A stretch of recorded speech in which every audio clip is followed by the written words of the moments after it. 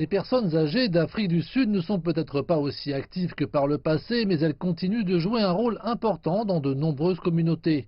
Au Cap, une nouvelle tendance se dessine, plus de médecins, plus de prestations et de services. Une nouvelle approche de la retraite par la vie autonome prend forme.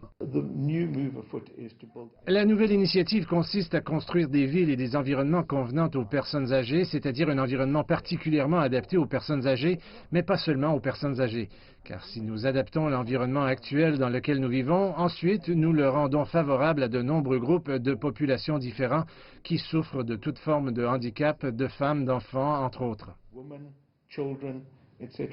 En proposant des appartements urbains très accessibles aux personnes âgées, les promoteurs immobiliers approvisionnent un marché en évolution où les retraites modernes sont entourées de nombreux services, notamment l'accès aux soins de santé et au bien-être, qui peuvent avoir un effet significatif sur le vieillissement.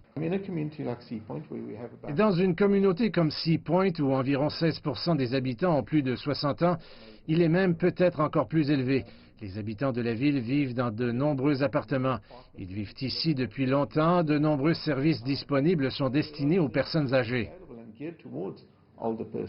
Les développeurs tels que Block et Evergreen Lifestyle ne sont que quelques-uns des premiers investisseurs qui parient gros que les développements des retraités sont des créateurs massifs de richesses. Les résidences pour personnes autonomes progressent à une vitesse étonnante, en particulier ici le long de la côte atlantique, où les retraités ont non seulement un excellent accès à de superbes équipements, mais surtout un accès à des installations médicales spécialisées. Cela démontre l'énorme demande du marché. Ce que vous trouvez, ce sont des maisons de retraite de luxe haut de gamme.